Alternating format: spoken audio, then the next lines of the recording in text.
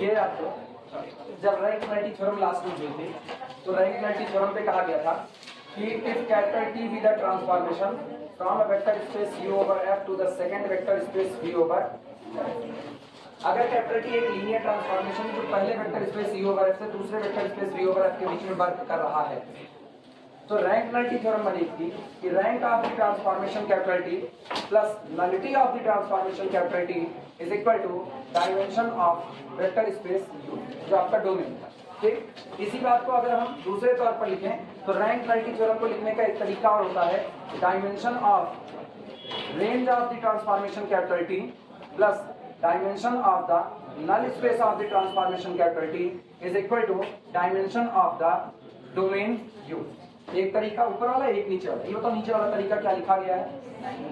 नहीं लिखा गया है। तो जहां पर रैंक नल्टी थ्योरम लिख के खत्म किए हो वहीं पर लिख दो दैट इज, जैसे ये लिख करके खत्म किए थे ना, अब इसके बाद लिख देना दैट इज, अर्थात dimension of range of the transformation T, क्योंकि रैंक क्या होता है? रेंज स्पेस की डायमेंशन होती है, नलिटी क्या होती है? नल स्पेस की डायमेंशन होती है, और बराबर की। That is dimension of range of transformation T plus dimension of null space of T is equal to dimension of vector space U। Note करो, जहां पर रैंक नल्टी थ्योरम खत्म किए थे बस जस्ट उसी के बाद से फिर आगे बढ़ते हैं। क्या हो रही नहीं पूरा था रैंक नल्टी थ्योरम नहीं पूरा नहीं। अच्छा खाली 3 दिन हुआ से में तब तो हमारी तकलीफें बहुत ज्यादा निश्चित तौर पर। भाई जो लेट लतीफ चालू करेगा तो उसकी तकलीफें ज्यादा हैं ना। इलाज है ना, इलाज एक है, और डिफरेंशियल का कोई इलाज नहीं है, उसका इलाज तुमको ढूंढना पड़ेगा। डिफरेंशियल इक्वेशन का लेक्चर नहीं है। बाकी लीनियर अलजेब्रा का कितने अपलोड किए हैं? वो शायद जनवरी तक अपलोड किए हैं ना। कब तक? 20 जनवरी तक का। 20 जनवरी तक का लीनियर अलजेब्रा टोटल अपलोड है, टोटल। तो उसको पूरा कंप्लीट कर डालो, ठीक है। 2 GB मिलता है ये डेली का डेली, वो कंप्लीट कर लो। उसके बाद फिर लगे हुए हैं, कल बिल्कुल स्पीड नहीं दी। कल इनको बहनी को 3 लेक्चर इनको भेजने लगा थे, तीनों रेड डॉट लग गया था, एक को नहीं गया है। कल 2 YouTube पे अपलोड करने के लगाए थे, दोनों नहीं अपलोड हुआ है। तो कुल मिला के कल कोई नेट स्पीड आते ही कुल मिला के मान के चलो 16 तारीख आने से पहले हम सारा का सारा लेक्चर अपलोड कर देंगे। डिफरेंशियल इक्वेशन रिया मैसेज की हुई थी, कहाँ है रिया? तुम मैसेज की हुई थी ना। डिफरेंशियल इक्वेशन का कौन सा लेक्चर तुमको चाहिए? क्लैरिट फॉर्म वगैरह का? क्लैरिट फॉर्म वगैरह बना है? क्लैरिट फॉर्म वगैरह बना हुआ है। सुनो, मेरे ख्याल से ये जो दूसरा वाला चैप्टर शुरू किए यहीं से बनाए गए। दूसरा वाला ये कौन सा था? Differential equation first order but not of first degree, यहाँ से बनाए हुए हैं, ठीक है। बंद करके रखा हुआ है। आज या कल में जैसे स्पीड आती है हम अपलोड कर देंगे। एक तुमको चाहिए था, तुमको कब का चाहिए था? कौन सा? परसों और कल का। आनस का है, तुमको एक चाहिए था, तुमको कोई नहीं चाहिए। पूछ रहे जैसे वो घर के बड़े मालिक होते हैं, ये बताओ मेलम का खरीदे लीनियर ट्रांसफॉर्मेशन है ना। देखो कोशिश करो, अभी 16 तक इंतजार करो। आज क्या तारीख है? आज 7 है ना। 16 से पहले मतलब 14 तारीख 15 तारीख तक हम सारे लेक्चर 1 by 1 यूट्यूब पे अपलोड कर देंगे, ठीक है। और एक दिन लैपटॉप लेके रेलवे स्टेशन पे बैठ जाएंगे और काम होगा ना, वही एक काम होगा। अपलोड कर देंगे तो लीनियर अलजेब्रा पूरा कंप्लीट कर दो। डिफरेंशियल इक्वेशन कैटेगरी का पूरा लेक्चर अब बन रहा है। कैटेगरी में आई थी शुरू में, नहीं आई नहीं ना, तो कैटेगरी का अपलोड हो चुका है। कैटेगरी का मेरे ख्याल से 1 बचा। हाँ जियो दुनिया में मोनोपॉली बड़ी खराब होती है। 12 से फ्री रहता है सब फ्री। बताओ यार, 12 से 6 फ्री रहता है, ये तो ठीक है। 12 से 6 जगेगा कौन? सर 1 दिन से 2.5 बजे तक हम ऐसे बता रहे हैं। कौन सा? कल 12:30 तक जगे थे ना, कनक रही है। 3:30 बजे हम एक्सरसाइज करेंगे, अपलोड देंगे, दिन में ही कर देंगे ना। आपने किसी फ्रेंड के यहाँ बैठ जाएंगे जिसका वाईफाई लगा होगा, हो जाएगा। अभी दिक्कत नहीं है ना। कैटेगरी कंप्लीट कर लो, कैटेगरी सारा अपलोड हो चुका है। 1 बचा हुआ है आखिरी टर्म वाला, वो अपलोड कर देंगे।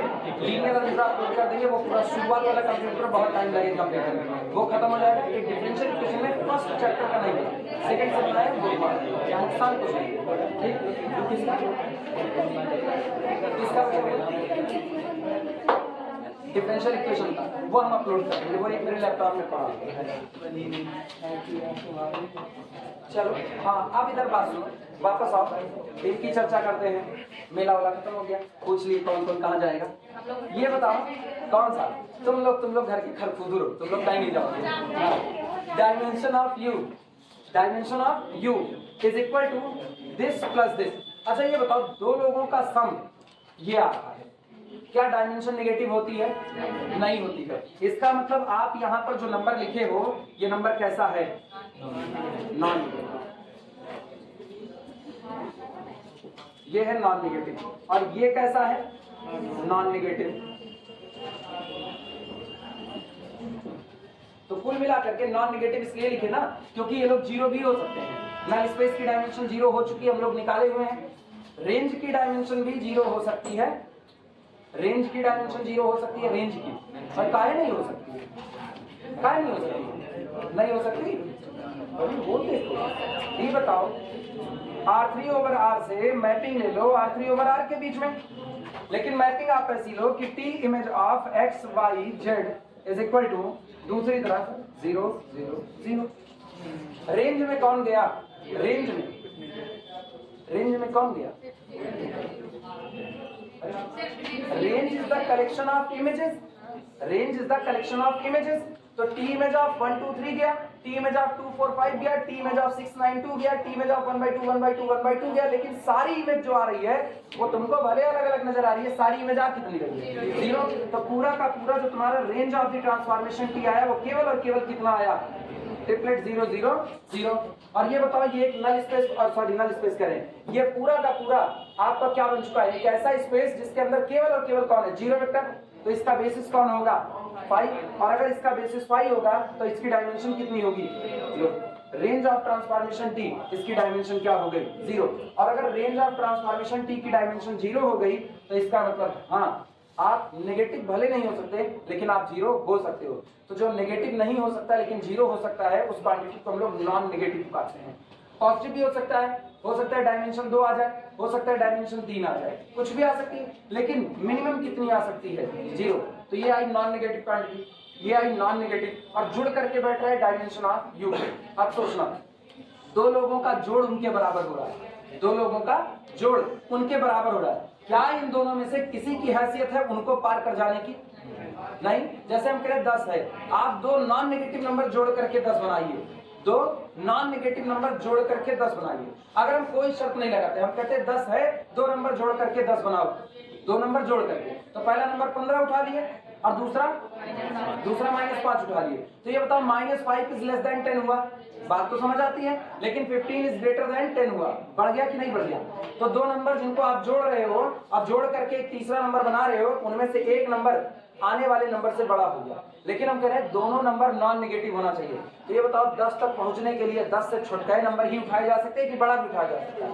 हम 10 + 0 कर सकते हैं, मतलब आपकी मैक्सिमम हैसियत बराबर की हो सकती है लेकिन आप उनको पार नहीं कर सकते हो। यानी कहने का सेंस ये है, अगर हम लिखते हैं x + y is equal to 10, जहां पर x और y दोनों ग्रेटर देन और इक्वल टू 0 हैं, तो आप किस तरह का पैटर्न बना सकते हो? ये 0 हो सकता है, ये 10, यानी y 10 के बराबर हो सकता है और x 10 से छोटा।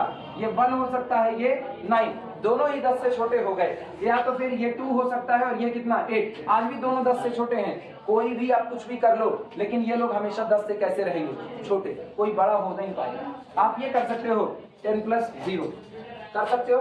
यानी कहने का सेंस सीधा है, if x and y both are non-negative and x + y is equal to 10, then clearly x is less than or equal to 10, y also less than or equal to 10। दोनों की ही हैसियत 10 को पार नहीं कर सकती। मैक्सिमम दोनों की हैसियत कहाँ तक जाएगी? 10 तक जाएगी। हाँ या ना? अब यहाँ ना, dimension of range of T plus dimension of null space of T is equal to dimension of U। दो लोगों को जोड़ करके इनके बराबर तक पहुंचना है, इसकी डायमेंशन के बराबर तक पहुंचना है। इसका मतलब ना तो ये नंबर, ये है कौन नंबर? डायमेंशन नंबर ही तो होता है, ना तो ये नंबर ना तो ये नंबर, दोनों ही नंबर इस नंबर को क्रॉस नहीं कर पाएंगे। यानी अपने पास रूल बनता है, dimension of the range of transformation capital T is confirmly less than और equal to dimension of U and dimension of null space of the transformation T less than or equal to dimension of vector space U। सहमत हो इस बात से? तो अगर इसको किसी ने कहा कि आपके डोमेन की डायमेंशन 15 है, डोमेन की डायमेंशन 15 है, तो ना तो रेंज स्पेस की डायमेंशन 15 के ऊपर जाएगी और ना तो नल स्पेस की। दोनों की डायमेंशन अगर मैक्सिमम जा भी सकती है तो केवल कितनी जा सकती है? 15, इसके ऊपर नहीं जा सकती। क्लियर है ये बातें? इसी को रिमार्क में रखना।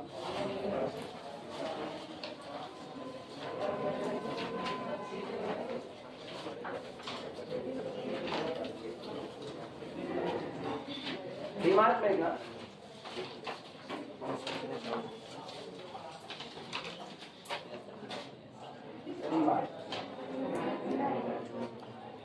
since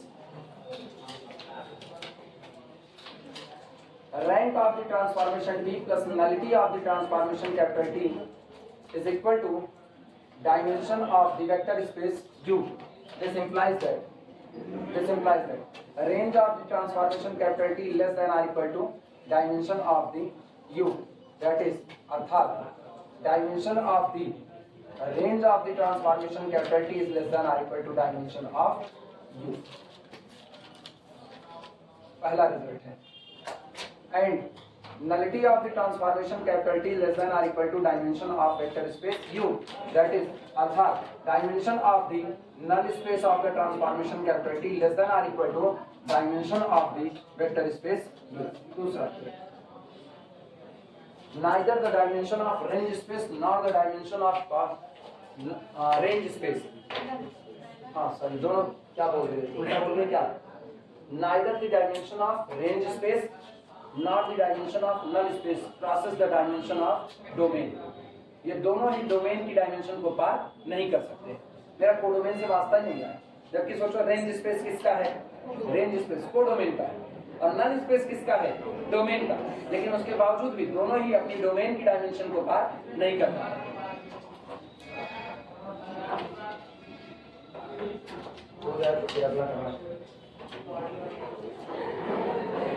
फिर न्यूमेरिकल पर आते हैं। सबसे इंपॉर्टेंट थ्योरम थी, ये इंपॉर्टेंट थ्योरम निपटा दिए। अब हम लोग वापस आ रहे हैं।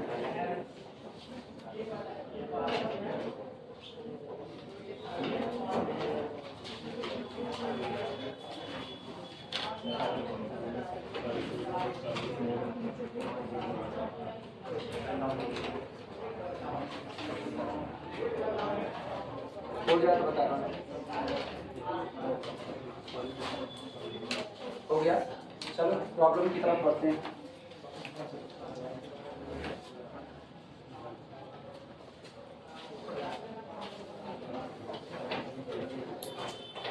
प्रॉब्लम नोट करना।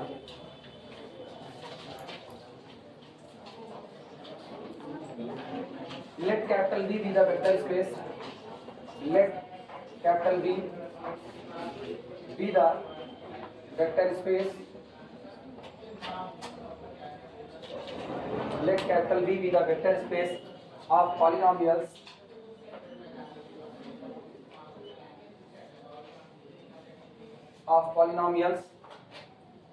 in X over capital R. Let D be the mapping which work from vector space V to V itself. Be the differential operator. Be the differential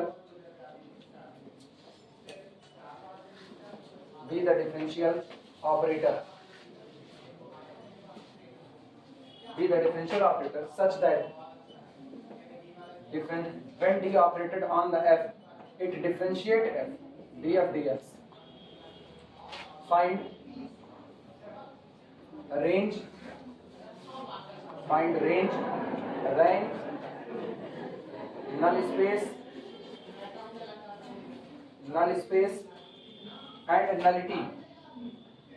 and nullity of D.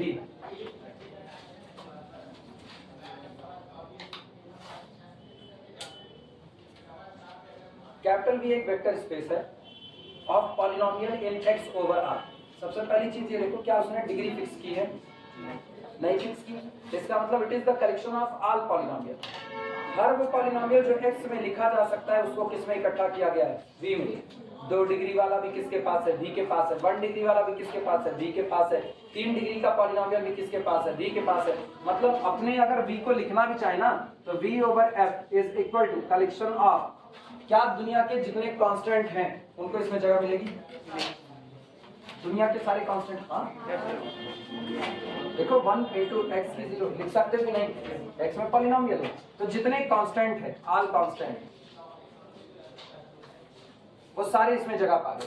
जितने 1 degree के polynomial है क्या वो भी इसमें जगह पाएंगे, और 1 डिग्री के पॉलिनोमियल एक दो तो होंगे नहीं, कितने होते हैं इनफाइनाइट। 1 डिग्री के पॉलिनोमियल दिखने में m इंटू एक्स टाइप के होते हैं, हाँ या ना, m इंटू एक्स, और दिखने में कैसे होते हैं mx प्लस c टाइप के होते हैं।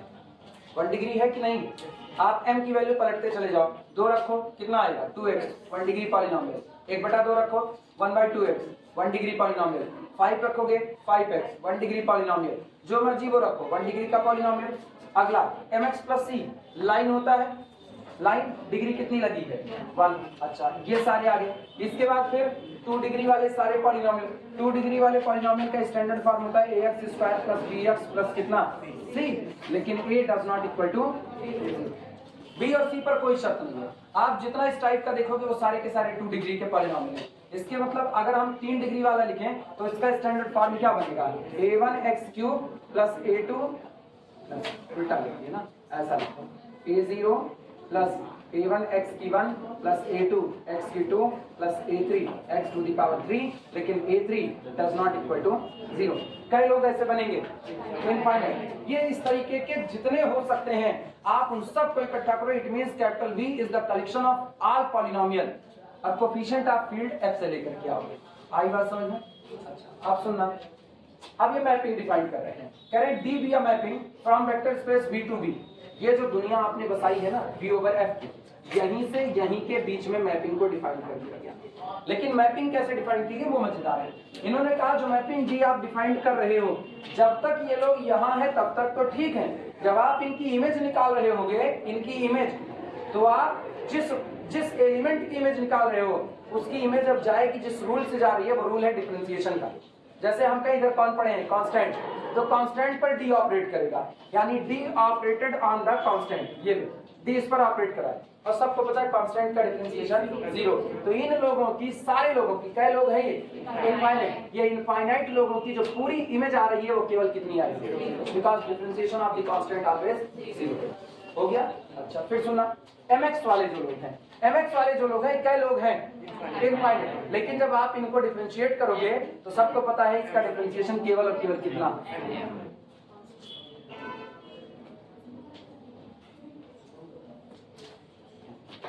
ये लाइन पता है क्यों बना रहे हैं, ये एक दो लोग नहीं है, कई लोग हैं इनफाइनाइट, और सबकी इमेज कहाँ आ रही है, ये मैनी टू 1 का किस्सा चल रहा है, मैनी टू 1।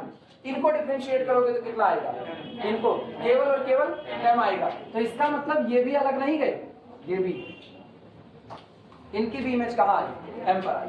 अच्छा इनको जब डिफरेंशिएट करोगे तो इनकी इमेज कहाँ पर जाएगी, इनकी इमेज 2ax प्लस b पर जाएगी।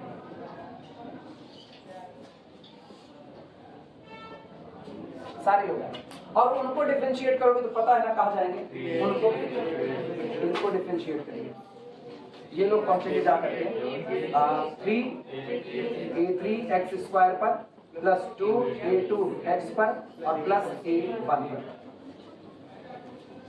रूल पता चला कैसे बदलाव हो रहा है, इसमें किसी को कोई दिक्कत, ये सिंपल सा एक रूल डिफाइन कर दिया कि आप दो दुनिया के बीच में एक मैपिंग को डिफाइन कीजिए, दोनों दुनिया अलग अलग है, दोनों सेम है, लेकिन जब कोई यहां से यहां आना चाहेगा, मतलब एक ही घर में आपके चलने के लिए नियम बना दिया गया कि अगर आप एक कमरे से दूसरे कमरे जा रहे हो तो आप फला रूल को फॉलो करोगे। होता है ना, घर में जाओ, अपने ही घर में नहा वहा करके निकले, नहाने वाला कमरा भी एक कमरा ही है, वहां से निकले और अपने कमरे में जा रहे हो तो सख्त हिदायत के साथ भीगा पैर लेकर के नहीं जाना है, नहीं गिरेगा कोई दांत उसका टूटेगा, तुम खिखिया के हंसोगे, अंतर है। तो रूल डिफाइन कर दिया गया, आपको डिफरेंशिएट छटनी कर दी गई आपकी, आप चपचपाते हुए पूरे ना निकल जाओ कि पैर भीगा हुआ छपछपाते हुए निकल जाओ, नहीं, पैर साफ करके उसके बाद फिर जाओ। अच्छा कहीं से आए खेल ओल करके, मट्टी उट्टी सब लपेट करके आए हो और जा करके बिस्तर कूदे धम, ये नहीं हो सकता है, आपको फिर डिफरेंशिएट किया गया, रूल बांध दिया गया। तो एक ही घर से उसी घर में कहीं और जाने के लिए आपके पास रूल है, सेम कहानी यहाँ चल रही है। V ओवर F आपका एक घर है, V ओवर F वही घर है और इस घर से इस बार दूसरे घर में मैपिंग ली जा रही है और कहा जा रहा है जब ये मैपिंग आएगी तो एक रूल से आएगी, इधर से इधर कोई आना चाहेगा उसी गद्दी पर बैठेगा जो गद्दी बनी है इनके डिफरेंशिएशन से। इनको डिफरेंशिएट करो, जो आएगा वहां आपकी इमेज पड़ेगी। क्लियर हुआ? क्या रहे, इस ट्रांसफॉर्मेशन के लिए आपको 4 चीजें कैलकुलेट करनी। पहला range, rank, null space, nullity. मेरे लिए 4 नहीं सिर्फ 2 चीजें कैलकुलेट करनी है। कौन कौन सी? रेंज और नल स्पेस, क्योंकि ये दोनों निकल जाता है ना तो बाकी तुम जानते हो होने क्या वाला है, बाकी अपने को पता है। हाँ या ना? चलो शुरुआत करते हैं। ये कुछ ऐसे बनाना चाहो तो बना सकते हो, थोड़ा बहुत अगर समझ आए तो। तुम्हारे ऊपर है, मेरे ऊपर कुछ नहीं है ना। बाद में ये तुम पूरे डिफरेंशिएशन किए हुए हैं, D for differentiation, D for differentiation, D for कुकुर ना, डी फॉर डिफरेंशिएशन। यहाँ से यहाँ का डिफरेंशिएशन छोटा छोटा बना लो। अरे लापरवाह ना तुम लोग, गजब की लापरवाही। लिख दो वो भी ना, ABCD किताब मॉडिफाइड कर दी जाएगी। A से ऑक्सिलरी इक्वेशन ना, B से बेसल से डिफरेंशियल इक्वेशन, C से कॉम्प्लीमेंट्री फंक्शन, बेसल था हम लोग पढ़े बेसल ना, C से कॉम्प्लीमेंट्री फंक्शन या B से बेसिस कर देंगे, B for basis, C for complementary function, D for differentiation, E for elementary transformation, D for dimension. Linear algebra की अलग किताब बनेगी, उसके अलग बनेगी। लिखो इसको ऐसे ही छोटा छोटा बना लो उसका। किसका? कुत्ता डिफरेंशिएट हो गया और कुछ कौन सा? अब नहीं, D फॉर डिफरेंशिएशन, डिफरेंशिएट। अरे जान लो मैथ्स वाले, let this is the differentiation.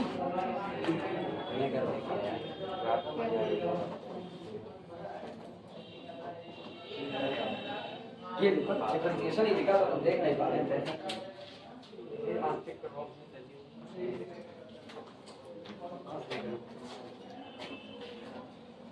अब पता है पूरे वेक्टर स्पेस में क्या लोग हैं? क्या लोग? इनफाइनाइट।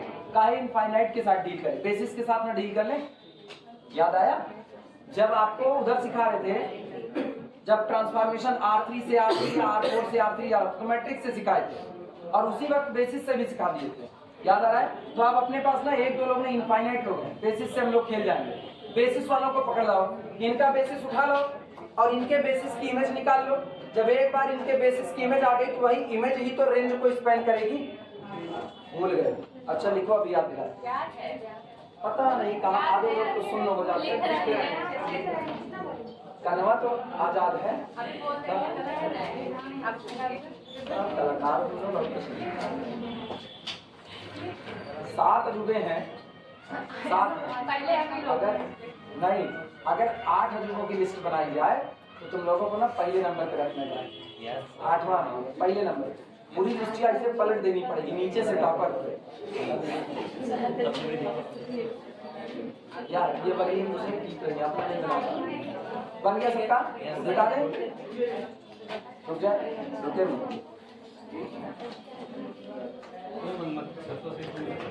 कौन मधुमक्खी नहीं, हाड़ा छिपता, हाड़ा ज्यादा करना है।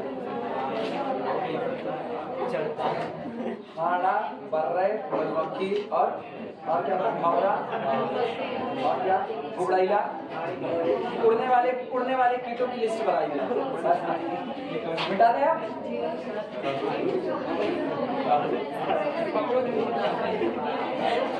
कॉकरोच का नाम अरे यार उससे कौन नहीं रहता? सर आप क्रिकेट से हाँ बिल्कुल, क्योंकि सचिन रिटायरमेंट के लिए क्रिकेट से डरते हैं। सुनो इधर बात सुनो, जो लोग भूले मिश्री यादव वाले हैं वो लोग इधर आए। एक दिन हम लोगों ने कहा था कि अगर आपका वेक्टर स्पेस है, ध्यान देना, अगर मेरे पास वेक्टर स्पेस है U ओवर F, ठीक, तो जाहिर सी बात है इस वेक्टर स्पेस के पास अपना बेसिस भी होगा। तो इसका हम लोगों ने बेसिस बना लिया था B1 is equal to alpha 1 alpha 2। याद दिला रहे हैं, पुरानी बात है, सो ऑन अल्फा एन। ये इसका हम लोगों ने क्या बना लिया, बेसिस बना लिया। इसके बाद हम लोग क्या कर रहे थे, इसकी इमेज निकाल रहे थे। तो vector space u over f से b ओवर f के बीच में इमेज जा रही थी। इमेज क्या होगी बोलो, t image of alpha 1 plus t image of alpha 2। इस तरीके से चलते हुए t image of alpha n। Virendra आए हैं कि नहीं आए हैं, गायब हो गए। उन्हीं वीरेंद्र का सवाल था। और इसको हरदम एलाई नहीं कहा जा सकता। ये जो आपका बेसिस के एलिमेंट की इमेज आई है, ये एलाई हो भी सकती है और नहीं भी हो सकती है। इसका मतलब ये एलाई भी हो सकती है या एलडी। अगर ये एलाई हो गई तो बेसिस का काम कर जाएगा किसके लिए, रेंज के लिए। और अगर ये एलाई नहीं हुई, एलडी है, तो स्पैन का काम तो करेगा। कैसे करेगा वो सुनना। अगर इसका कोई एक एलिमेंट अल्फा उठाया जाए तो any element alpha which belong to the u over f can be written as the linear combination of basis element. अच्छा ये बताओ, अगर अल्फा इसका है तो इसमें कौन होगा, t ऑफ अल्फा। आया ना, उसमें t ऑफ अल्फा होगा। अब गौर करना, अगर t ऑफ अल्फा को, वर्डिंग सुना, अगर t ऑफ अल्फा को इनके लीनियर कॉम्बिनेशन में लिखा जा सकता है तो आप कह सकते हो इन लोगों ने अपने अंदर में बेसिस को छिपाया हुआ है। क्योंकि t of alpha is a general member of the codomain. वो कोडोमेन का कैसा मेंबर है, जनरल मेंबर। और आप जनरल मेंबर को इनके लीनियर कॉम्बिनेशन में लिख सकते हो। मतलब आप कोडोमेन का कोई भी मेंबर उठाओगे वो इनके लीनियर कॉम्बिनेशन में लिखा जा सकता है। और अगर इनके लीनियर कॉम्बिनेशन में लिखा जा सकता है तो either this set itself a basis और can be contexted as a basis. या तो इसको सिकोड़ा जा सकता है बेसिस के तौर पर। एलडी लोगों को निकाल दो, आया ना। अब ये बताना, अल्फा को आप इनके लीनियर कॉम्बिनेशन क्या लिखेंगे, ये तो बेसिस माने ही हो, a1 into alpha 1 plus a2 into alpha 2 plus up to so on plus an into alpha. लिख दिया। ऑपरेट कराओ t को, t इमेज ऑफ अल्फा। चूंकि मेरा ट्रांसफॉर्मेशन लीनियर है इसलिए a1 t image of alpha 1 plus a2 t image of alpha 2 plus up to so on plus an और t image of कितना हो गया, अल्फा। ये बताओ किसका एलिमेंट है, किसका, कोडोमेन का। कोडोमेन का member can be written as the linear combination of images of basis element. हाँ है ना। ये लोगों का कलेक्शन अगर इसको नाम दिया जाए कौन है, ये है images of basis element of capital you का जो बेसिस एलिमेंट है उनकी ये इमेज है। हाँ है ना। और ये जो आपने लिखा, this is the linear combination of image of basis elements of capital U। Capital you के बेसिस एलिमेंट की इमेज, ये लीनियर कॉम्बिनेशन है कि नहीं। और ये बताओ ये कैसा मेंबर है, ये this is the arbitrary member. आप डोमेन का, सॉरी कोडोमेन का एक आर्बिट्ररी मेंबर उठाए और वो इन लोगों के लीनियर कॉम्बिनेशन में आ गया तो कुछ और हो ना हो, इन्होंने अपने अंदर में बेसिस को जगह तो दी होगी, तभी आप सबको बना पाते, अदरवाइज आप सबको ना बना पाते। ये और किसका होता है, रेंज का। इसका मतलब रेंज का कोई भी मेंबर इनके लीनियर कॉम्बिनेशन में लिखा जा सकता है। हाँ या ना।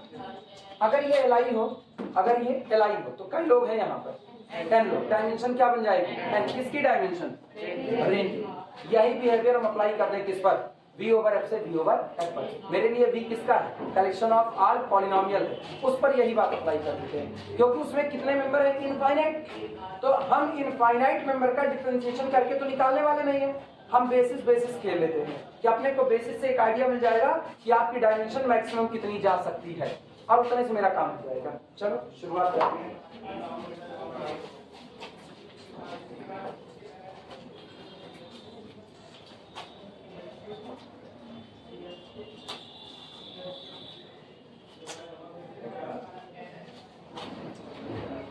लिखना solution.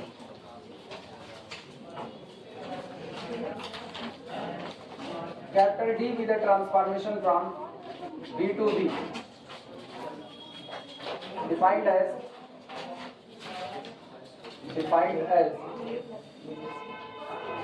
D of f is equal to D of D। जो मेरा ट्रांसफॉर्मेशन है वो इस तरीके से डिफाइन करता है कि जब वो किसी फंक्शन पर, फंक्शन का मतलब x का पॉलिनोमियल, उस पर ऑपरेट करता है तो उसको क्या करता है, डिफरेंशिएट करता है। इतनी बात में किसी को कोई दिक्कत नहीं, अगला काम है। अब डोमेन के लिए बेसिस बना रहे हैं। Basis domain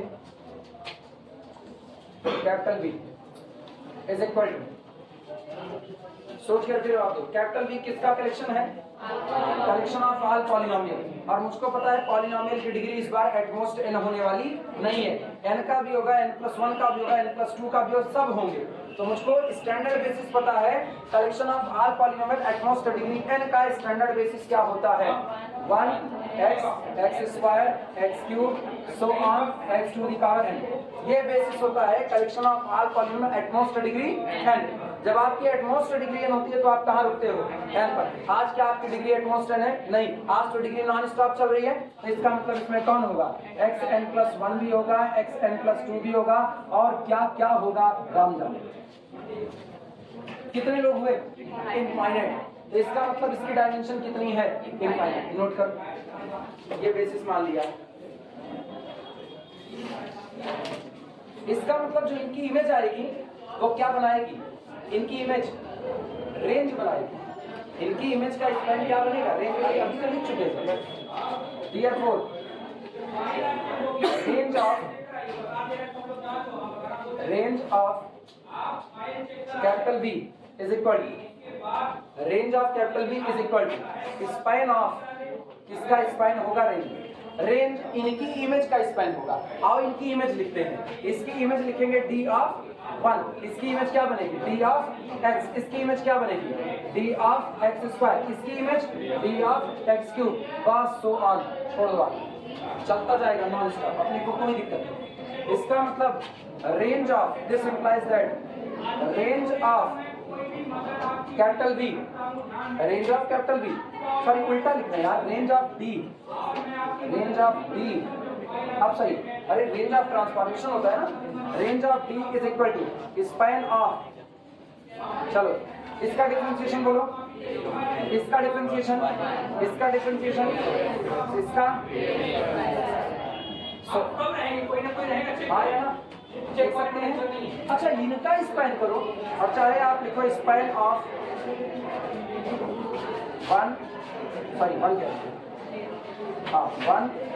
x, x² x³ x⁴ सही है गलत? सोच करके जवाब, सही है गलत?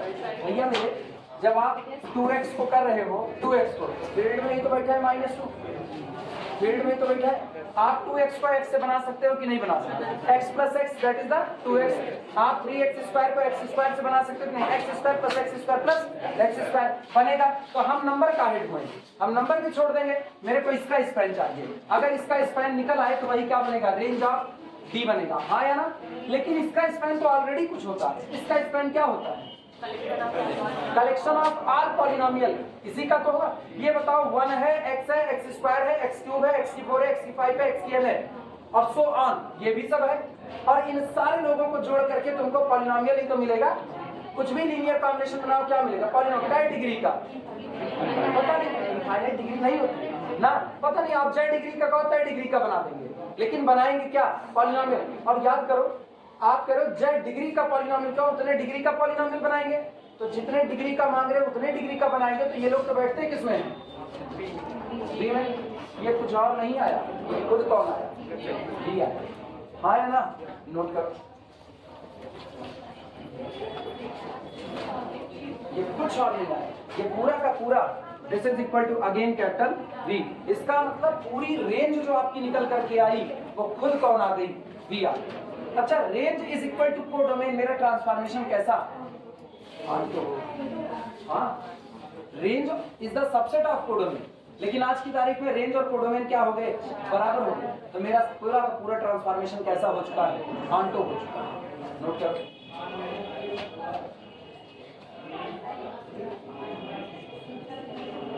अच्छा कई लोग हैं भैया, यही तो इसका बेसिस भी है, यही बेसिस है। क्योंकि जिसकी वजह से एलडी था देखो उसको निकाल दिए, इसकी वजह से एलडी था उसको निकाल दिए, बाकी कितने लोग बचे?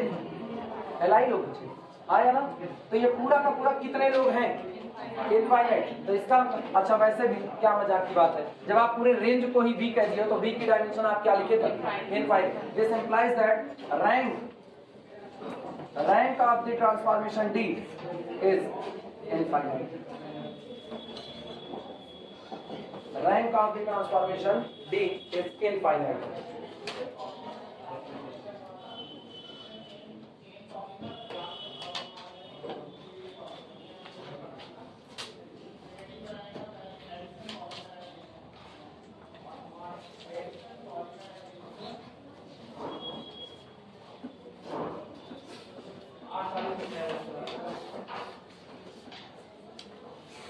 हो गया।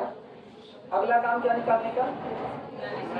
खोपड़ी तुम चलाओ, नल स्पेस में खोपड़ी तुम लोग चलाओ। कौन? सारे कांस्टेंट नल स्पेस का हिस्सा होंगे। नल स्पेस में कौन जाता है? जिसकी इमेज क्या बने? जीरो। मतलब नल स्पेस में वो जाएंगे जिसका डिफरेंशिएशन क्या बनेगा? जीरो। अब दुनिया में केवल कांस्टेंट होते हैं जिनका डिफरेंशिएशन क्या होता है? जीरो। और मुझको पता है सारे कांस्टेंट को लिखने के लिए मुझको केवल एक आदमी की दरकार है, 1, बस, और किसी की नहीं। अगर मेरे हाथ में 1 है तो फील्ड में से एलिमेंट चुन के मल्टीप्लाई करते करते हम क्या तैयार कर देंगे? सारे के सारे जो भी आप नंबर पाओगे तैयार कर देंगे, हाँ या ना? तो इसका मतलब डायमेंशन ऑफ नल स्पेस कितनी बैठेगी? 1, क्योंकि आपके बेसिस में केवल कितना एलिमेंट आ रहा है? 1, बस, और कोई नहीं आ रहा, हाँ या ना? लिखने चल रहे हैं।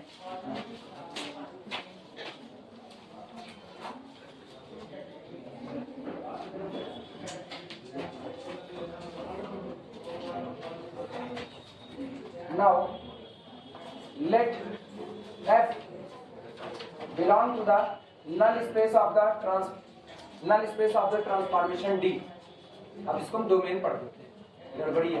D for differentiation, तो D for domain. F belong to the null space of the transformation D. This implies that when D operated on F, this produces zero vector. This implies that जिसका differentiation zero है वो खुद कौन है? F is equal to constant. F is equal to constant. तो इसका मतलब null space of the D is equal to collection of ऐसे गन्ना collection of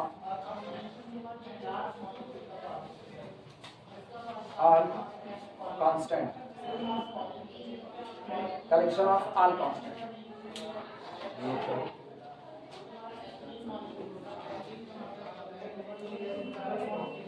ठीक, अब इसकी बेसिस की बात कर लेते हैं। कांस्टेंट के बेसिस में वही चलता है। बेसिस ऑफ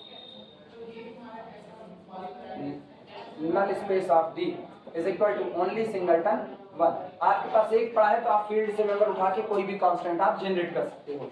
इसका मतलब दिस इंप्लाइज दैट मतलब कई एलिमेंट है? एक ही, और वो भी नॉन जीरो है, तो इसका मतलब एलाइज सेट है, यानी कि this implies that dimension of the null space of D is equal to nullity of the transformation D is equal to, note कर लो।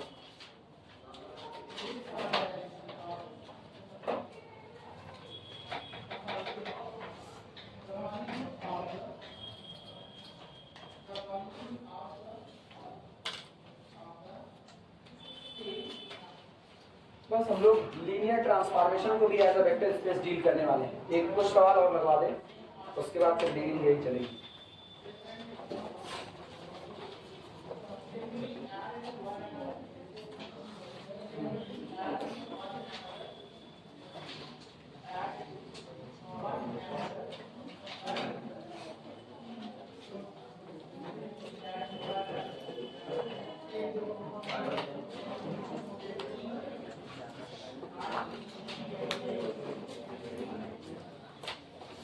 हो जाए तो बताओ, आगे चले जाए।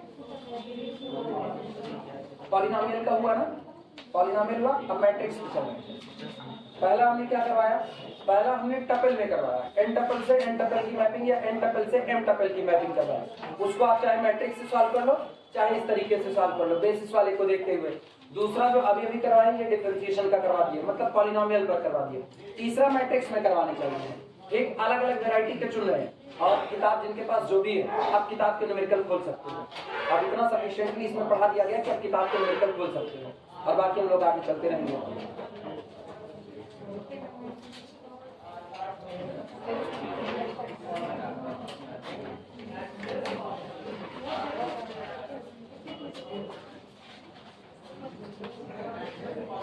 अगला न्यूमेरिकल नोट करना।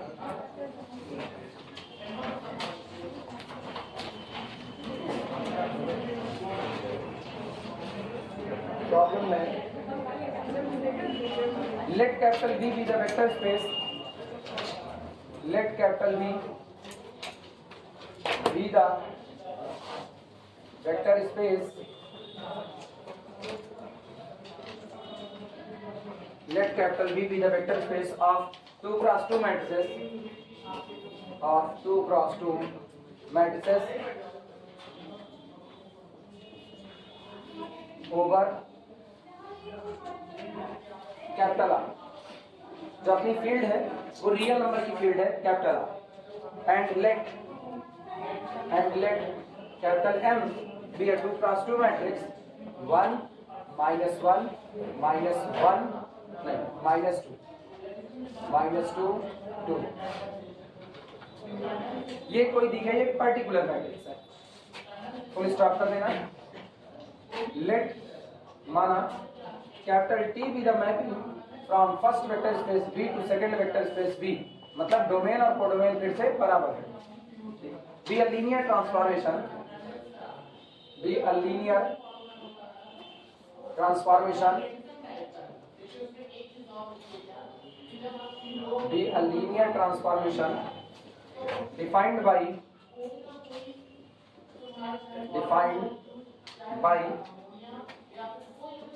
when we operate T on matrix capital A, result will be M into A for A belong to the vector space V. Find a basis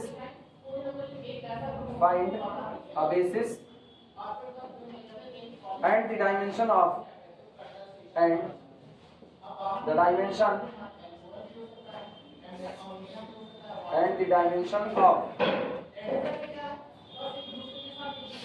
पहला the kernel of T, दूसरा the range of T,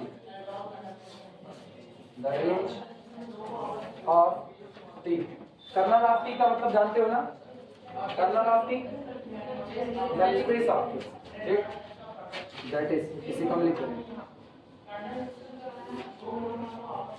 dimension of null space of. पहले note कर लो तो समझाते हैं।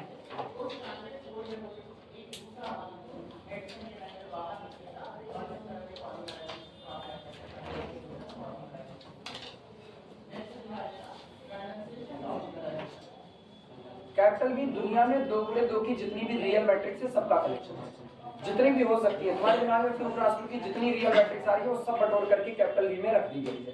Example के तौर पर हम कैपिटल बी को लिख सकते हैं। कैपिटल बी में कौन कौन होगा, क्या बताओ सोच करके। क्या कैपिटल बी में 0 0 0 होगा?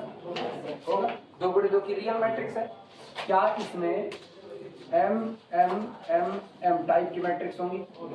सारे बराबर 2 गुणे 2 की, लेकिन शर्त है m क्या होना चाहिए? रियल होना चाहिए। क्या इसमें m n p r इस टाइप की मैट्रिक्स होंगी? इस टाइप की, मतलब अगर आप कैपिटल बी को इन जनरल लिखना चाहो तो आप कैपिटल बी को इन जनरल क्या लिखोगे? Capital B be the collection of all matrices of the type A, B, C, D such that A, B, C, D all belong to the real number set capital। अब आपका जो मन कहे आप ABCD भर दो, जो मन कहे वो। आने वाली मैट्रिक्स किसकी होगी? कैपिटल B की। अब हम रफली बोल रहे हैं 1 2 3 4 कहाँ होगा? B में होगा। 1 1 2 3 होगा। 1/2 1/2 √2 √3 होगा। √3 √3 1/√3 1/√3 होगा। जितने आप सोचोगे रियल मैट्रिक्स 2 गुणे 2 की वो सारी किसके पास होगी? कैपिटल बी के पास होगी। सहमत हो इस बात से? अब मैपिंग क्या है? मैपिंग बी से डी के बीच में मैपिंग है।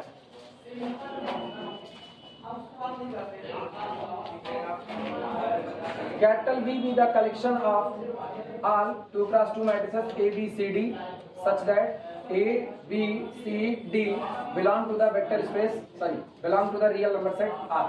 ये हुआ। फिर से कैपिटल बी यही कलेक्शन है, कलेक्शन ऑफ। अच्छा अब क्या लिखते हैं आप सुनो। जब आप V पर ट्रांसफॉर्मेशन को अप्लाई करते हो कैपिटल T को, तो कैपिटल T क्या करता है? वो V पर अप्लाई होता है और मैपिंग कहाँ भेजता है? V में ही भेजता है। ये दोनों डोमेन और कोडोमेन एक ही हैं, अलग अलग नहीं। लेकिन कहाँ भेजेगा? वो इस मैट्रिक्स को भेज देगा एक और मैट्रिक्स पर, जो मैट्रिक्स बनी होगी इसके और कैपिटल एम के प्रोडक्ट से। यानी इनको वो जहां पर भेजेगा वो मैट्रिक्स होगी 1 -1 -2 2 into A B C D। यानी वो इनको भेज रहा है जिस मैट्रिक्स पर, वो मैट्रिक्स है 1 इंटू A और ये A माइनस C, और कहां पर भेज रहा है this into this B minus D, फिर अगले को -2A प्लस 2C, अगले को -2B प्लस 2D, इधर ये ट्रांसफॉर्मेशन है। ये अब हम इस बात को ओपनली लिख रहे हैं, अब तक ये सिंबॉलिक में है, ये मिटा दें, ये समझ में आया, इतने तक की बात खाली मिटा रहे हैं। अब अपने आप सोच करके जवाब दें। अब तो मेरे पास सारा रूल क्लियर है कि कौन कहां भेजा जाएगा। ये मैट्रिक्स की दुनिया है, बी ओवर है, पूरा मैट्रिक्स की दुनिया। इस मैट्रिक्स में हम एक मैट्रिक्स ले रहे हैं 1 2 3 4, ये ले टी इस पर ऑपरेट करता है और टी इसको भेज देगा जिस जगह पर, वो मैट्रिक्स कौन होगी बोलो। ए बराबर क्या रख दें 1, बी बराबर 1, उसके बाद बी बराबर 2, सी बराबर 3 और डी बराबर 4।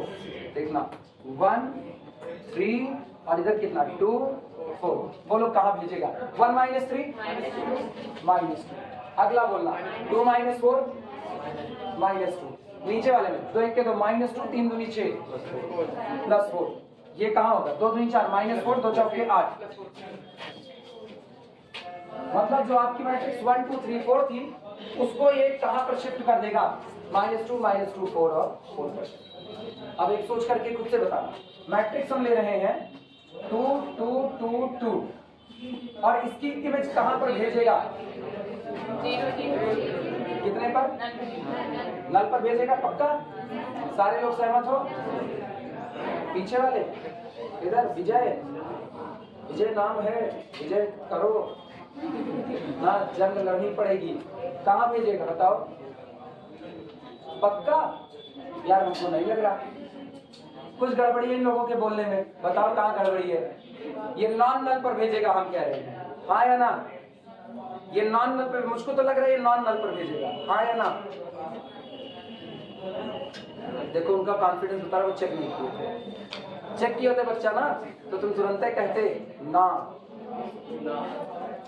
चेक नहीं किए थे ना, ईमानदारी से था ना, क्या ईमानदारी है आप हमारे, वाह चलो इस ईमानदारी पे तुमको कुछ नहीं मिलता। सुनो इधर, चेक करना सीखो ना, जितने सुस्त तुम लोग बैठे रहते हो, इसे उम्र में बुढ़ा गए हो तो बुढ़ौती में क्या होगा, 4 का जमीन के नीचे धंस जाओगे इस हिसाब से। हाँ मतलब जिसको देखो वही एकदम से, इधर देखो इधर, इधर देखो इधर, ऐसे बैठे रहते हो।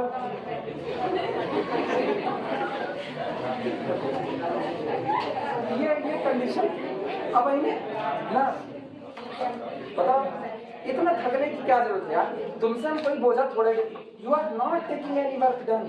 मेरी अंग्रेजी ऐसे शुरू ऐसे खत्म, तुम कौन सा वर्क डन कर रहे हो, तुम्हारा तो वर्चुअल वर्क डन भी 0 है यार, तुम्हारा तो है ही नहीं, तुम तो उसमें क्यों ना दिना भरा किसी बोर्ड पर ऐसे धक्का मारे खड़े, बहुत पढ़ाया बहुत पढ़ाया बहुत पढ़ा, पसीना पसीना हो गया, अब काम कुछ नहीं कि पढ़ाई कुछ नहीं, बस खाली धक्का मारे खड़े, क्या मतलब है, इधर कंसंट्रेट किए रहो अपने। अच्छा ये बताओ हमको कौन जरूरत है इसको इस तरीके के लिए करने की, लिखा गया हम रेंज निकाले, नल स्पेस निकाले, डायमेंशन निकाले, मामला खत्म करें। हम इसलिए समझा रहे हैं कि पता तो चले ट्रांसफॉर्मेशन वर्क कैसे करता है। अब यार हमकी तो रितेश है, 2 लोग ना, ले लो जमवाई ले लो यार, मुझसे नहीं रोक रहे मुझसे नहीं रोक रहे। ये 2 लोग पहले ट्रांसफॉर्मेशन नहीं समझेंगे, बाद में जाएंगे तो जो सो रहा होगा उसको जगा देंगे, ये भैया ये ट्रांसफॉर्मेशन क्या होता है, एक बार समझा रहे इत्मीनान से समझ लो ना, तब उसके बाद में कंसंट्रेट किए रहो। पहले तय करो ABCD क्या रखे, तुमको बचपन की पढ़ाई पढ़वा रहे हैं, A for Apple, B for ball, C for ना, इधर इधर इधर वापस आओ, ये कौन है ABCD, अभी कौन ABCD, सबको बराबर बराबर रखो। इधर सुनो, A बराबर 2, C बराबर 2, 2 - 2 कितना हुआ 0, इधर 2 2 0, इधर देखना 2 गुना 2 गुना 0, 2 गुना 2 गुना 0, सब बराबर बराबर तो चल रहा था, तो कहाँ भेजा 0 0 0 0, आया ना। लेकिन अगर आप इसमें से किसी एक को भी 3 कर देते हो तो ये 3 तो 0 रहेगा, अगला वाला 3 0 रहेगा कि कोई 2 0 रहेगा? हाँ, ये गया। अब नया सिरा A B C D, और इधर देखना A माइनस सी कितना, A माइनस सी ऐसे घटाओ 2 माइनस 2 कितना आया 0। ये कौन है B माइनस डी, क्यों घटाओ A minus C B minus D, pattern में पकड़ लो बस खाली, this minus this 2 minus 3 minus 1। इधर देखो, अरे इसका 2 गुना इसका 2 गुना, फिर कितना 0, और इसका ऊपर वाले का 2 गुना नेगेटिव के साथ, नीचे वाले का 2 गुना पॉजिटिव के साथ, 2 2 4 माइनस 4 2 3 6। पता चला कैसे भेजे जा रहे हैं? ये ट्रांसफॉर्मेशन का रूल है कि आपको भेजा तो जा रहा है, लेकिन उस जगह पर जो जगह आपको तब मिलेगी जब आपके साथ किसका प्रोडक्ट आएगा, कैपिटल M का प्रोडक्ट आएगा। इनके लिए ना ट्रांसफॉर्मेशन ने एक आदमी निर्धारित कर दिया, कैपिटल एम वो फैसिलिटी है जिस पर आपको टेस्ट किया जा रहा है। जब मैट्रिक्स ट्रांसफॉर्मेशन के पास जाती है काम मांगने के लिए, तो ट्रांसफॉर्मेशन कहता है जाओ हम काम नहीं देंगे तुमको, वास्तविकता में काम कौन देगा, कैपिटल एम देगा। एम के साथ प्रोडक्ट लो, एम के साथ प्रोडक्ट लेने पर जो जगह बनेगी उसी जगह पर तुम्हारा काम होगा। आई बात समझ में? तो when T operated on a matrix ABCD, this gives result capital M into matrix ABCD, जो आएगा वहां आपकी पोजीशन बनेगी। कुछ क्लियर हुआ? चलो, और इसी के लिए मुझको क्या निकालना है, रेंज निकालनी है, नल स्पेस निकालना है, और दोनों की डायमेंशन निकालनी है।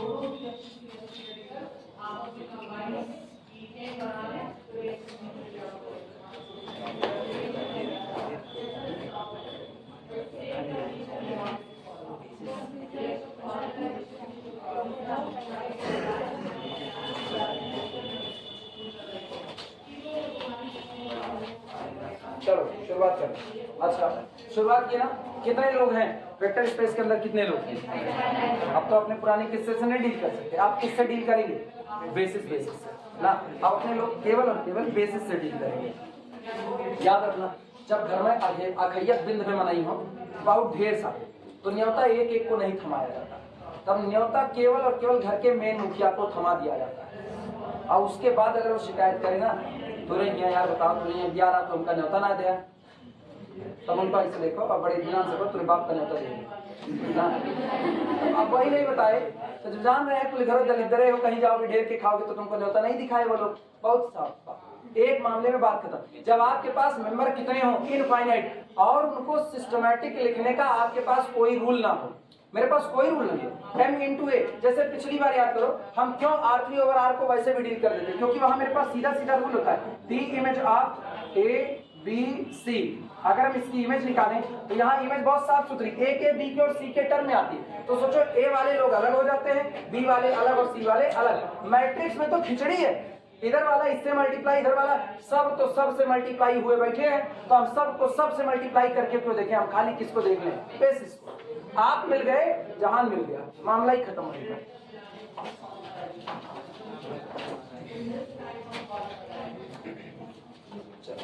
सबसे पहले 2 गुणे 2 की मैट्रिक्स का स्टैंडर्ड बेसिस निकालो, सॉल्यूशन लिखना। Basis for V is equal to, सबको याद होना चाहिए स्टैंडर्ड बेसिस 1 0 0 0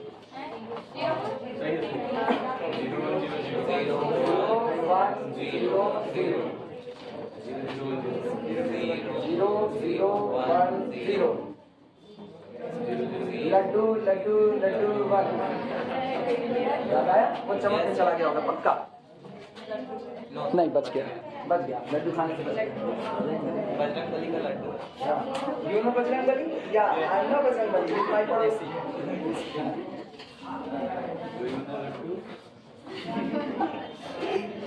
नहीं, I don't do laddu because laddu is taking in my mouth and I was sitting in my pit.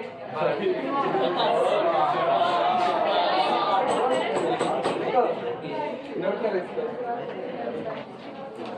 आप सुनो, इधर इसको ना आसान बनाते हैं, आसान। तुम कौन? अल्फा। ये कौन? अल्फा 2। ये कौन? अल्फा 3। और ये कौन? अल्फा। अब पता है मुझको चाहिए T of alpha 1 T of alpha 2, T of alpha 3, T of alpha 4। अब उनके बीच में जितने लोग एलाई होंगे वो पता कर लिया जाएगा। जितने एलाई निकलेंगे वो लोग किसका झुंड हो जाएंगे? बेसिस का झुंड हो जाएंगे। नोट करो। तो क्या T image of alpha 1, T image of alpha 2, T image of alpha 3, T image of alpha 4 निकाल सकते हो? कलम चलाओ तेजी से। Now T image of alpha 1 is equal to, याद है अल्फा 1 तुमको मैट्रिक्स नजर आनी चाहिए और ये वहां जाएगी जो कैपिटल एम से इसका प्रोडक्ट करने पर मिलेगा। तो ऐसा लिखा जाएगा m इंटू अल्फा 1। सही है गलत? और m मैट्रिक्स बता दो, m क्या था? 1 माइनस 1 2 माइनस 2 प्लस 2। बहनी गलत करा में 1 0 0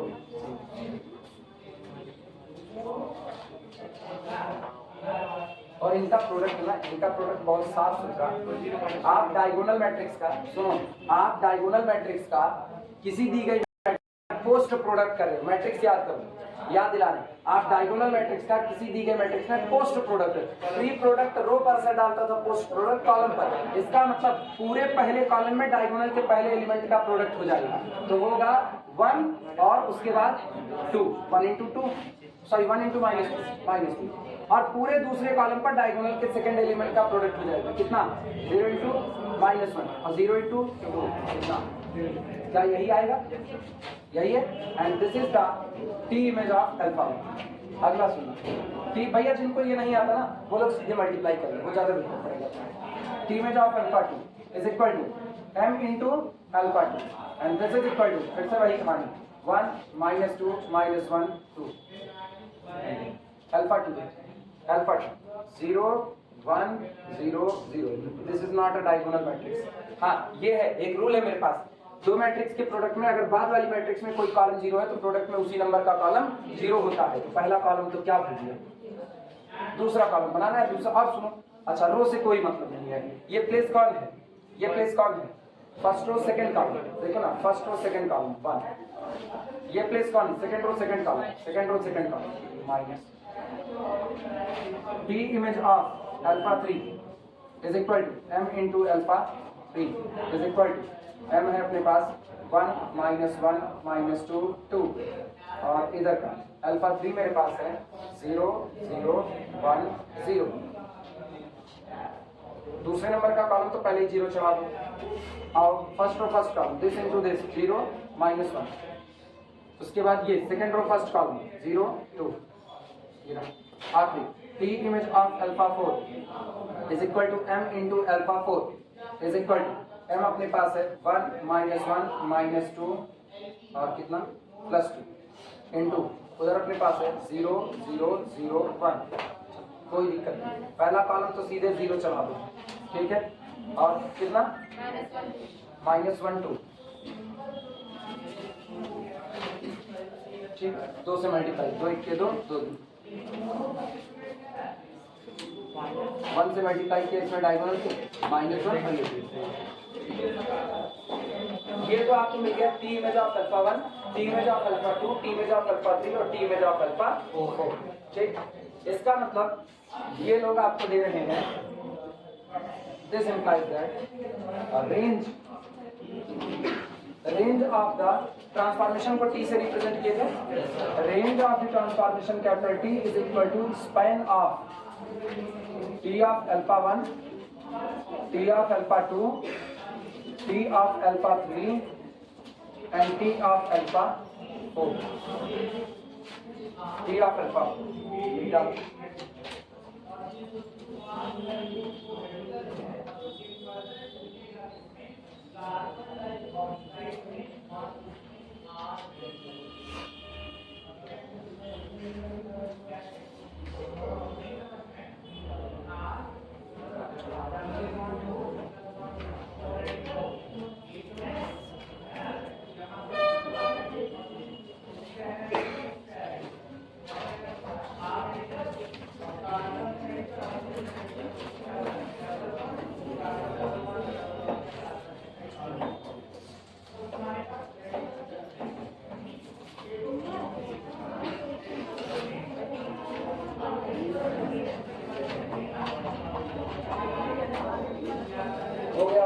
बात करें, हो गया। अब सुन, कहानी ये है, ये एलआई है कि एलडी, ये पता करना है।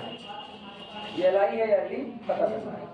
थोड़ा सा टेढ़ी की है, आसान करने का रास्ता एक ये है कि एक पैटर्न सेट कर लो और बाद में उस पैटर्न को याद रखना आगे ऐसे न्यूमेरिकल के लिए, मतलब एक न्यूमेरिकल को टेस्ट बिट के तौर पर इस्तेमाल करिए और बाद में कॉलम बनाने के लिए अपने लोग सीधा एक रास्ता अपनाएंगे। देखो कैसे होता है, ध्यान।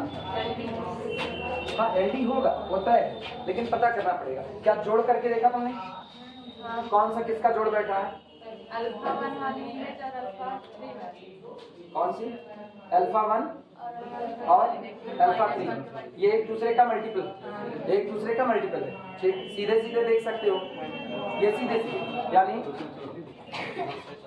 Here T image of alpha 1 is equal to 1 minus 2 0 0 is equal to minus 1 2 0 0 and this is nothing, it is again t image minus t image of कितना alpha,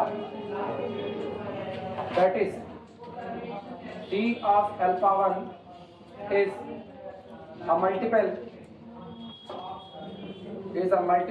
of t image of alpha 3। इसका मतलब t of alpha 1 multiple है t of alpha 3 का। तो आपका set कैसा हो गया? LD हो गया। और अगर आपका सेट LD हो गया सो रिमूव इट। कौन सा? वो दोनों भी मल्टीपल है, उनको में से एक निकाल दो क्योंकि वो तो रखे जाएंगे। सेम होल्ड यहाँ पर लिख दिया आगे, सेम होल्ड अपने एक एक निकालने के चक्कर में लोग इकट्ठे निकाल दो। सेम होल्ड फॉर किसके किसके लिए? अल्फा 2 और alpha 4। Same holds for T of alpha 2 and T of alpha 4। ठीक, so remove T image of alpha 3 and T image of alpha 4। इसलिए आप टी इमेज ऑफ अल्फा 3 और टी इमेज ऑफ अल्फा 4 को क्या कर दीजिए? Remove कर दीजिए। तो आपको मिलेगा रेंज ऑफ द ट्रांसफॉर्मेशन की। अच्छा पीछे वालों को देखते हैं,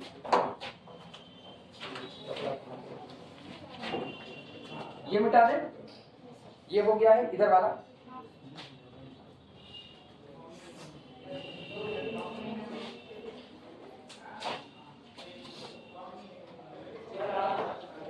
इसका मतलब ये हुआ therefore range of the transformation, कहाँ गया? Range of the transformation capital T is equal to span of T of alpha 1 comma T of alpha 2। और ये बताओ क्या ये दोनों एक दूसरे के मल्टीपल हैं? चेक कर लो अपनी अपनी कॉपी में। टी ऑफ अल्फा 1 हमें बोल दो कितना है? टी ऑफ अल्फा 1 0 माइनस 2 0, ये तो ये रहा। और वो टी ऑफ अल्फा 2 कौन है? 0 1 माइनस 2 0 माइनस 2। ठीक है, इसका पहला कॉलम 0, इसका दूसरा, एक दूसरे का मल्टीपल नहीं है। ठीक, and collection of T of alpha 1 comma T of alpha 2 is linearly independent, so it is a basis,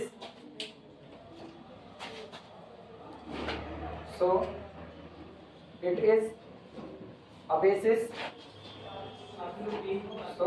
basis for range of the transformation capital T। सोचो आप रेंज निकाल चुके हो, इसलिए इसको ऐसे घेरा मार देना। रेंज भी तो निकालने को कहा है। रेंज में कितने एलिमेंट आएंगे? इनफाइनाइट, सब नहीं लिख सकते, तो इसलिए इनफाइनाइट लोगों को लिखने का तरीका स्पैन ऑफ दीज टू कि आपने पूरा लिख डाला। अब आपकी जो मन आपको तैयार कीजिए, 2t of alpha 1 3t of alpha 2 3t of alpha 1 plus 4t of alpha 2, जो मर्जी वो तैयार करो। Basis for the range of capital T and this implies that rank of the transformation capital T is equal to dimension of the range of the transformation capital T and this is equal to क्या element आए? क्या element? 2। Dimension कितनी? 2, क्योंकि आपके basis में element भी 2 ही आ रहे हैं।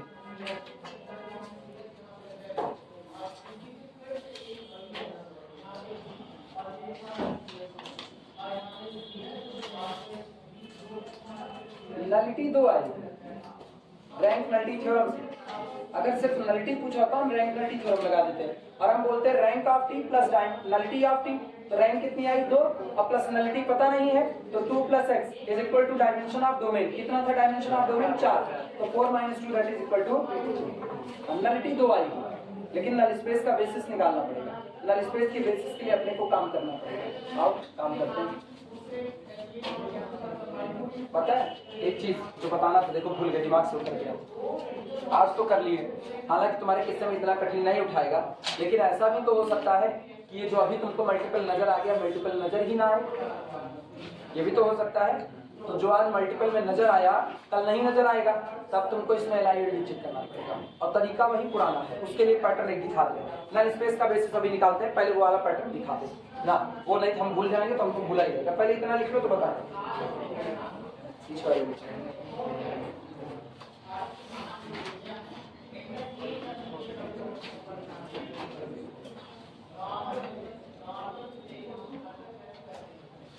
सबका हो गया, कोई बाकी नहीं किया तो हमसे बात नहीं होगी।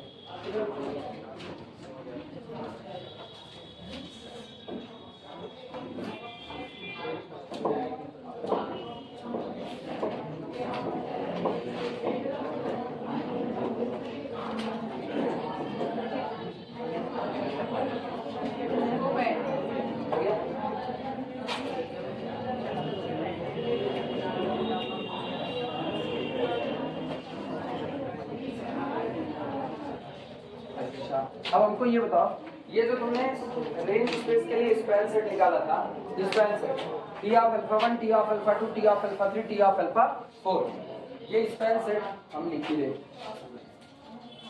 ये स्पैन सेट अपने पास आया हुआ था T ऑफ अल्फा 1, इसका मतलब यही नीचे ही लिख रहे हैं, कितना था ये 1 -2 0 0। T ऑफ अल्फा 2 मिलाते रहना, कॉपी से गलत ना होता है, 0 0 1 -2।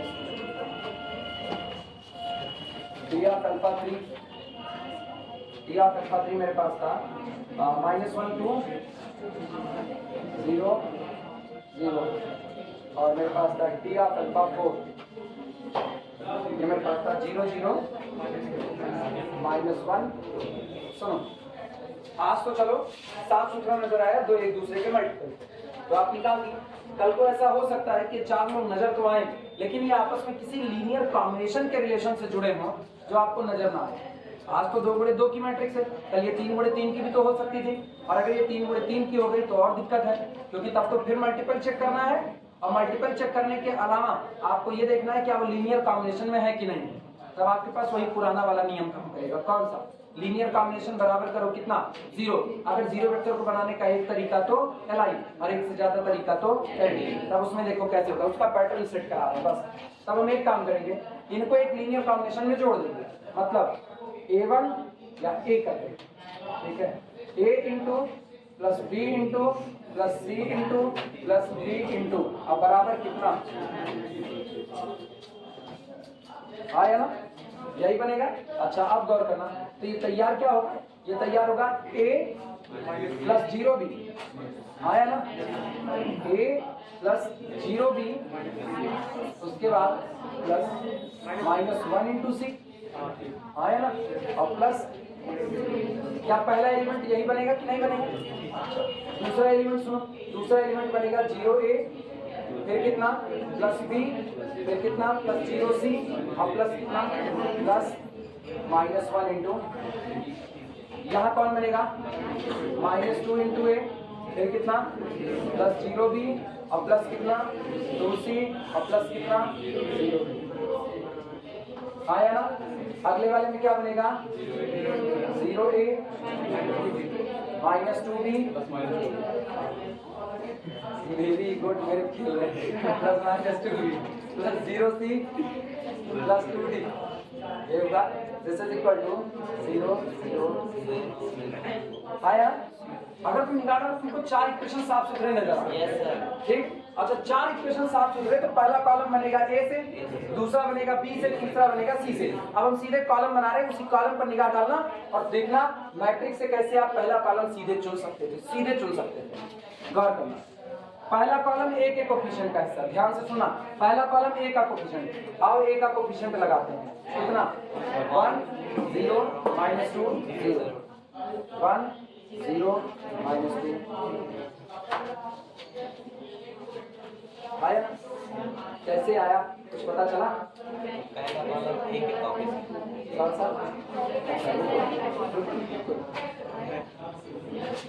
इसको और सीधे सीधे लिखें, a plus 0b plus -1c plus 0d is equal to c। अब इसको 0a plus b plus 0c plus -1d बराबर -2a प्लस 0b। तुमको समझ में आ जाएगा। कई लोग ऐसे हैं ना, हाइड्रोजन प्रक्रिया के तहत काम कर रहे हैं।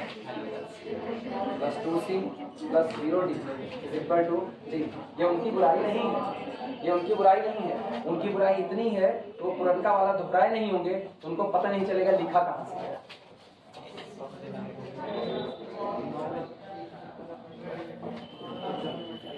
थोड़ी देर लोग सोचेंगे हाइड्रोजन प्रक्रिया कौन है। हाइड्रोजन प्रक्रिया बता दे रहे, नहीं कहोगे ना, नए नए शब्द खोज के लाते हैं, पता नहीं क्या क्या बोलते हैं। हाइड्रोजन प्रक्रिया कुछ नहीं, मेरा बनाया हुआ एक शब्द है बस खाली। जो हाइड्रोजन का बल्ब होता है, पट ध्यान करो, तुरंत नहीं करते, पहले अचानक से नहीं जलता है। ट्यूबलाइट है ना, जवाब ट्यूबलाइट ऐसे जलती है तुरंत। हाइड्रोजन प्रक्रिया के बाद पहले धीमे धीमे गर्म होता है, उसके बाद रोशनी। अच्छा, बुझता भी उतने धीमे धीमे धीमे धीमे। तो ऐसे हाइड्रोजन प्रक्रिया वाले लड़के जो होते हैं, हाइड्रोजन प्रक्रिया वाले लड़के लड़कियां सब, ये ना सोचो तुम लोग आजाद हो, तुम लोग उसी कैटेगरी में हो ना। वो नहीं, पहले धीमे धीमे पुराना खुले हुए ना पन्ना पलटी। अब थोड़ा सा दिमाग गर्म हुआ है। अब हम यहाँ पहुंचे हैं, ये यहाँ से इनका दिमाग यहाँ से गर्मा रहा है। यहाँ आते आते तक हम इधर का निपटा दिए, तो ये धीमे धीमे बुझ रहे हैं। तब तक मेरा अगला कॉन्सेप्ट चल चुका है, इनका अगला साउंड फिर वहीं से गर्म होना चालू होगा। ये हाइड्रोजन प्रक्रिया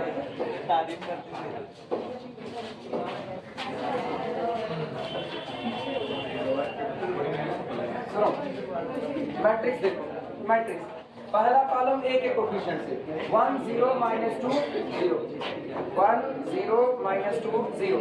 दूसरा कॉलम बी से 0 1 0 -2। तीसरा -1 0 2 0। अगला 0 -1 0 2। अब सुनो, परेशान ना, अब इधर आ, ये बताना। अच्छा सोचो, एक बात बताओ, रो ऑपरेशन सिखाए ना, रो ऑपरेशन सिखाए।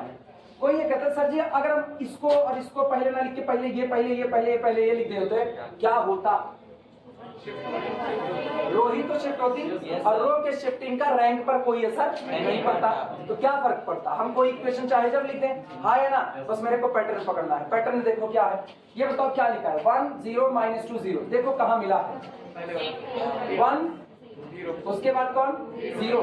अच्छा दूसरा कौन है -2, तो पहली पोजीशन पर 1 0 -1 0 है, ये तो नहीं हो सकता, ये हो सकता है। हाँ, ये जो पहली मैट्रिक्स का 1 0 -2 0 पूरी मैट्रिक्स या खुल करके एक कॉलम बन गई, हाँ है ना, क्योंकि पूरी मैट्रिक्स में एक का ही मल्टीप्लाई था। तो इधर खोजने मत जाना, पहले बता दिए। कई लोगों के दिमाग में आता ना, अच्छा इसका इसका इसका उठा लेना, ना ना ना, पूरा पहला का पहला कॉलम याद करो, पूरा पहला का पहला कॉलम किसकी वजह से बन रहा है? ए, और ए का मल्टीप्लाई किस मैट्रिक्स में हुआ है? पहले में, हाँ या ना। पूरा दूसरा कॉलम किसका कोफिशिएंट है? बी का कोफिशिएंट है, ये 0 1 0 -2, यही है। तो पूरा का पूरा दूसरा कॉलम उस मैट्रिक्स से बनेगा जिसमें बी का मल्टीप्लाई हो रहा है, वो कौन है? ये वाली। तीसरा कॉलम बनेगा इससे और चौथा कॉलम बनेगा इससे। हाँ, अब कैसे बनेगा वो सुना।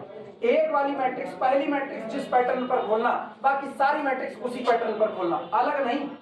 मतलब समझे, अगर हम पहला कॉलम ये बनाना चाहते हैं 1 -2 0 0, अगर हम पहला कॉलम है 1 -2 0 0, तो दूसरा का कॉलम क्या बनाएंगे? 0 0 1 -2। तीसरा का क्या बनाएंगे? -1 2 0 0, और चौथा क्या बनाएंगे? पैटर्न सेम रहेगा, पैटर्न मत बदलना। अब सुना, अब ये वाला हिस्सा जो ये बनाए हैं, ये कैसे बनाए हैं? 1 0 -2 0, 1 0 -2 0। देखो बाकी भी वही खुली है, 0 1 0 -2। पैटर्न क्या सेम है कि नहीं? मेरा पैटर्न ये था, जेड आया ना, जेड सिक्योरिटी। आप अपने को जेड सिक्योरिटी में जिंदा रहना है, दुनिया माने ना माने, आई एम इटसेल्फ वीआईपी। अपने लोग वीआईपी हैं यार। यार देखो, अपनी सुरक्षा अपने हाथ है। अगर दमदारी है सामने वाले पीटने की, सामने वाला एक बार बढ़ के दूर मारो, अब नहीं है, नहीं है तो कहते ले भैया मार, ले भैया मार, तो तुमको ज्यादा नहीं मारेगा। Z plus security. अब तुम्हारे अंदर दमदारी भी नहीं हो, उलझे भी पड़े हो, तत्व बहुत कूच देगा। तो अपनी जेड प्लस सिक्योरिटी अपने हाथ में है ना, मार खाना खा लो यार, कौन सा चमकाइया दमकाइया ना बने तो भाग जाएंगे। Z security, Z security, Z security, सब जेड सिक्योरिटी पर खुले हैं कि नहीं खुले हैं? हाँ है ना। एल सिक्योरिटी पर खोलने के मन के एन पर खोल दो, हाँ है ना। एन का मतलब पलट दो, देखो ना कौन है? 1 0 -2,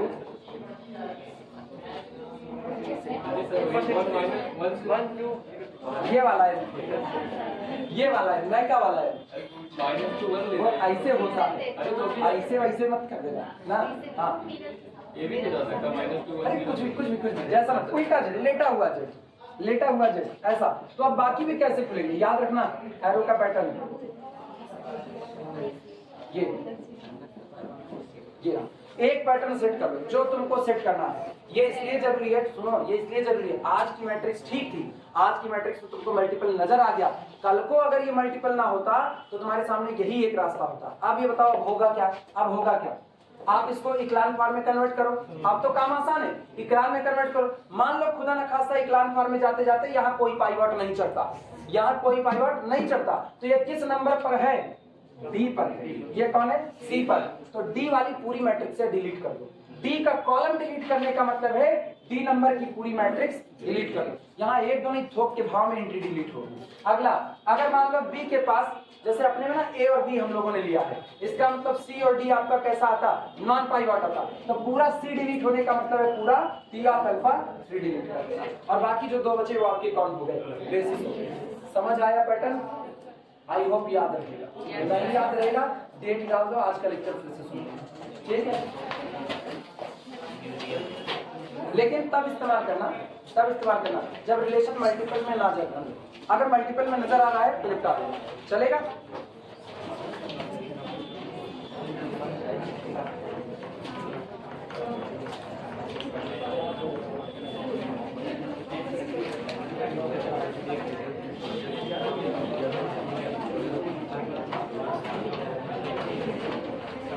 आप सुनो, नल स्पेस वाला तुम्हारे लिए होमवर्क दे दें। नल स्पेस होमवर्क निकाल लोगे? नल स्पेस का होमवर्क नहीं आएगा ना, या ये लोग बैठे हैं ना, और इनको नहीं आएगा तो इनको देना, इनको आना। भाई जब फिर भी नहीं आता तो बताना, हम करवाएंगे।